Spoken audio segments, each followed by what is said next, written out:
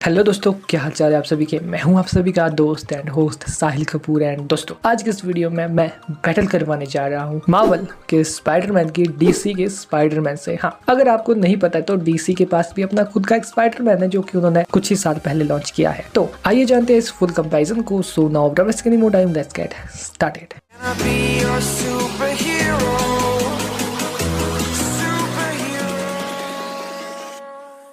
Video में आगे बढ़ने से पहले जैसा कि आप सभी को पता ही है कि मेरी आप सभी से सिर्फ एक ही रिक्वेस्ट रहती है कि अगर आपने अभी तक चैनल को सब्सक्राइब नहीं किया तो यार कर देना। साथ में जो वाला आइकन दिख रहा है ना, उसे प्रेस करके ऑल में सेलेक्ट कर देना अगर ऑलरेडी सब कुछ कर लिया है। So thanks. नाउ अब बात करते हैं Marvel Spiderman versus DC Spiderman की सब बैटल की। सो सबसे पहले तो बात कर लेते हैं मार्वल के स्पाइडरमैन की। तो देखो, हम सभी को पता है मार्वल के स्पाइडरमैन की स्टोरी की किस तरह से उसकी बेसिक ओरिजिन होती है। चाहे किसी भी मल्टीवर्स की हम बात कर ले, मोस्ट ऑफ द स्पाइडरमैन होते हैं और मेन यूनिवर्स का जो ओरिजिनल स्पाइडरमैन है उसकी सिर्फ यही ओरिजिन है कि एक रेडियो एक्टिव स्पाइडर उसको काट लेता है, जिस वजह से उसके जो बॉडी में चेंजेस हो जाते हैं, वो बहुत पावरफुल बन जाता है, उसके पास स्पाइडर लाइक एबिलिटीज आ जाती है और इस तरह से वो बनता है स्पाइडरमैन। और उसको उसका एक डायलॉग भी बनता है कि बड़ी पावर्स के साथ आती है बड़ी जिम्मेदारियां, और आगे चलकर फिर वो अपनी जिम्मेदारी को समझता है और एक फ्रेंडली नेबरहुड स्पाइडरमैन बनकर हम सभी के सामने आता है। और अगर बात की जाए अब डीसी के स्पाइडरमैन की, तो देखो, जो डीसी का स्पाइडरमैन है उसको बेसिकली स्पाइडरमैन टाइटल नहीं दिया गया है, उसको कहते हैं साइडवेज। होता ये है कि इसकी जो ओरिजिनल स्टोरी है वो बेसिकली कुछ स्पाइडरमैन से मिलती जुलती है, इसलिए इसको डीसी का स्पाइडरमैन कहा जाता है। और साथ ही में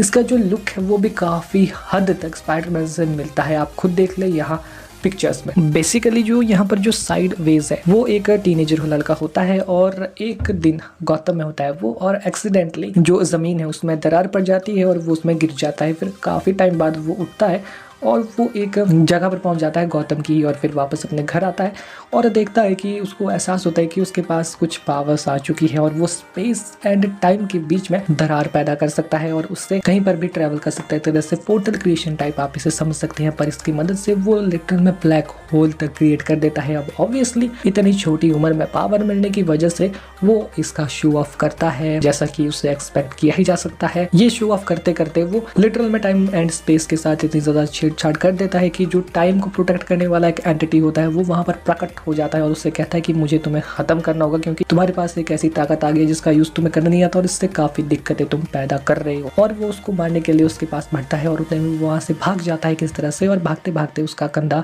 थोड़ा टूट जाता है, जिससे हमें ये भी पता चलता है कि वो लापरवाह भी काफी ज्यादा है। और अपनी पावर्स का शो ऑफ करने की वजह से काफी लोगों को पता चल चुका है कि जो साइड वेव है वो थोड़ा खतरनाक है और काफी सारे लोग उसे खत्म भी करना चाहते हैं, जिस वजह से जो उसकी माँ है उसके ऑफिस में ही कुछ काम करने वाले लोगों को पता चल जाता है कि जो ये साइड वेव है ये कैसी कैसी एक्टिविटीज कर रहा है और किसी वजह के कारण वो उसे खत्म करना चाहते हैं। पर जब उसकी माँ को पता चलता है उसका बेटा ही साइड वेव है, तो वो अपने बेटे को बचाने के लिए कुछ कदम उठाती है, जिस वजह से उनको खत्म कर दिया जाता है। और उनके पिता तो पहले ही नहीं थे, जिस वजह से अब उसकी माँ भी नहीं रहती है, तो उसे बहुत ज्यादा बुरा लगता है और तब वो मैच्योर हो जाता है थोड़ा, और अब अपनी पावर्स को थोड़ा संभल कर यूज करता है और अच्छे काम के लिए यूज करता है। बिल्कुल वैसे ही इमोशनल टच दिया गया है इसकी कहानी को, जैसे कि स्पाइडरमैन की कहानी में हमें देखने को मिलता है, जिस वजह से इस किरदार को स्पाइडरमैन से काफी हद तक इंस्पायर्ड माना जाता है और काफी लोग तो कॉपी ही कह देते हैं। बाकी ओवरऑल अगर इस जो पूरे कैरेक्टर की हम बात करें, जो साइड वेव है, इसकी पावर्स एंड एबिलिटीज काफी